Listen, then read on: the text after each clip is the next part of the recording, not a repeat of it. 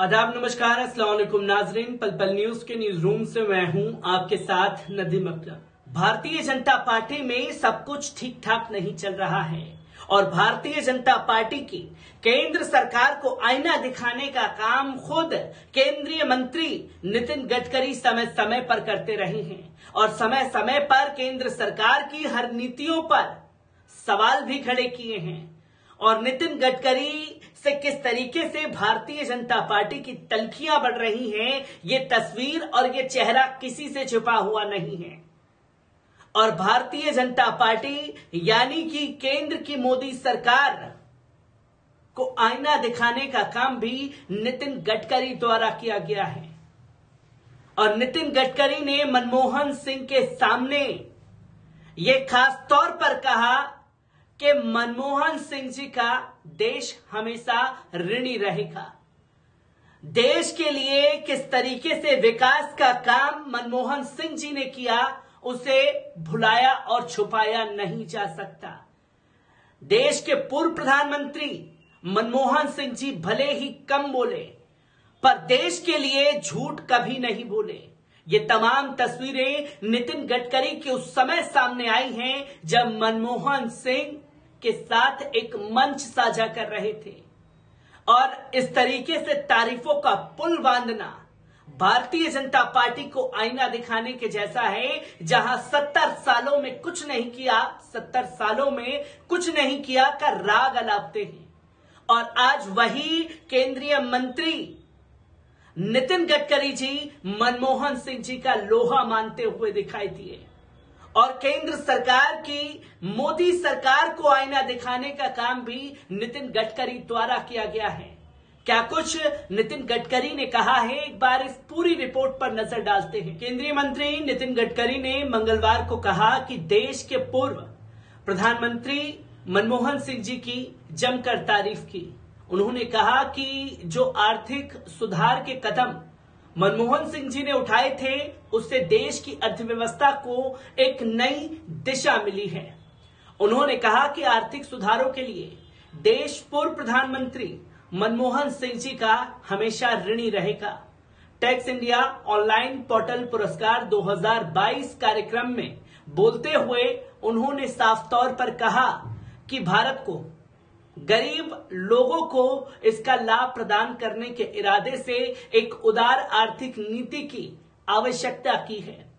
उन्होंने कहा कि 1991 में वित्त मंत्री के रूप में मनमोहन सिंह जी ने आर्थिक सुधारों को शुरू करके भारत को एक नई दिशा दी थी। इसे देश में एक उदार अर्थव्यवस्था की शुरुआत हुई। गडकरी ने साफ तौर पर कहा, लिबरल इकोनॉमी के कारण देश को कई नई दिशा मिली है। उसके लिए मनमोहन सिंह का देश ऋणी रहेगा। नितिन गडकरी ने याद किया कि पूर्व प्रधानमंत्री द्वारा शुरू किए गए आर्थिक सुधारों के कारण 1990 के दशक के मध्य में जब वे महाराष्ट्र में मंत्री थे, तब वे महाराष्ट्र में सड़क बनाने के लिए धन जुटा सकते थे। उन्होंने कहा कि उदार आर्थिक नीति किसानों और गरीब लोगों के लिए है। उन्होंने ये भी कहा कि चीन इस बात का एक अच्छा उदाहरण है कि जैसे उदार आर्थिक नीति किसी भी देश के विकास में मदद कर सकती है। बताया कि आर्थिक विकास को गति देने के लिए उन्होंने कई ठोस कदम उठाए थे। भारत को अधिक पूंजीगत व्यय निवेश की आवश्यकता होती। सड़क परिवहन एवं राजमार्ग मंत्री ने कहा कि NHAI आम आदमी से भी राजमार्गों के निर्माण के लिए धन जुटा रहा है। गडकरी ने कहा कि उनका मंत्रालय 26 ग्रीन एक्सप्रेस का निर्माण कर रहा है और उन्हें पैसे की कमी का सामना नहीं करना पड़ रहा। उनके अनुसार 2024 के अंत तक भारतीय राष्ट्रीय राजमार्ग प्रौद्योगिकीकरण का टोल राजस्व 1.40 करोड़ रुपए हो जाएगा, जो वर्तमान में 40,000 करोड़ रुपए प्रति वर्ष है। उन्होंने कहा कि यह वृद्धि आगे भी जारी रहेगी। केंद्रीय मंत्री ने कहा कि भारत को देश के गरीब लोगों को उनके जीवन में आर्थिक लाभ प्रदान करने के इरादे से एक उदार आर्थिक नीति बनाए जाने की सख्त जरूरत है, जिसके बारे में नितिन गडकरी खुल करके बोलते हुए दिखाई दिए। इसी के साथ साथ केंद्रीय सड़क एवं परिवहन मंत्री नितिन गडकरी अक्सर अपने बयानों को लेकर के भी सुर्खियों में रहते हैं। हिमाचल प्रदेश में रैली को संबोधित किया जा रहा था और गुजरात में विधानसभा चुनाव चल रहे हैं। ऐसे में सभी की नजरें गुजरात और हिमाचल प्रदेश पर टिकी हुई हैं। ऐसे में नितिन गडकरी ने एक बार फिर कहा कि हम अगले लोकसभा चुनाव तक भारत की सड़कें अमेरिका जैसी बना देंगे। नितिन गडकरी ने यह दावा किया और नितिन गडकरी ने कहा कि हम सिर्फ बात नहीं कर रहे हैं बल्कि काम करके दिखा रहे हैं।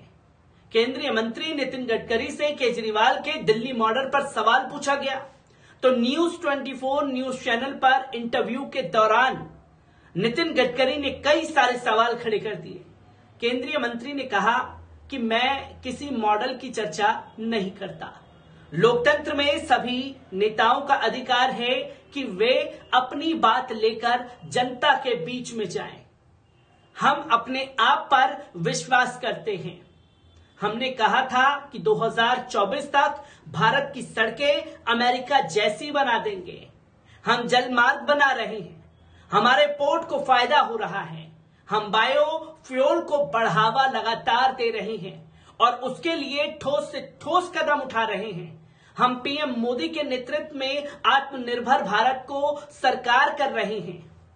यूजर्स ने लिखा कि बिल्कुल आपने सही कहा गडकरी जी, हिंदुस्तान के रास्ते अमेरिका जैसी हिंदुस्तान की जनता की दयनीय हालत भूटान जैसी भी बना देंगे आप लोग। जिस पर एक करारा प्रहार करते हुए एक यूजर्स ने लिखा। तो वहीं एक अन्य यूजर्स ने लिखा कि मामा ने तो 2017 में ही मध्य प्रदेश की सड़कें अमेरिका जैसी बना दी थी। तो वहीं एक अन्य यूजर्स ने लिखा कि ये तो बहुत कम है, चुनावों में बहुत कुछ सुनने को मिलेगा। ये अमेरिका जैसी सड़कें सिर्फ बोलने में अच्छी लगती हैं पर जब सड़कों पर निकलते हैं तो दिखती नहीं।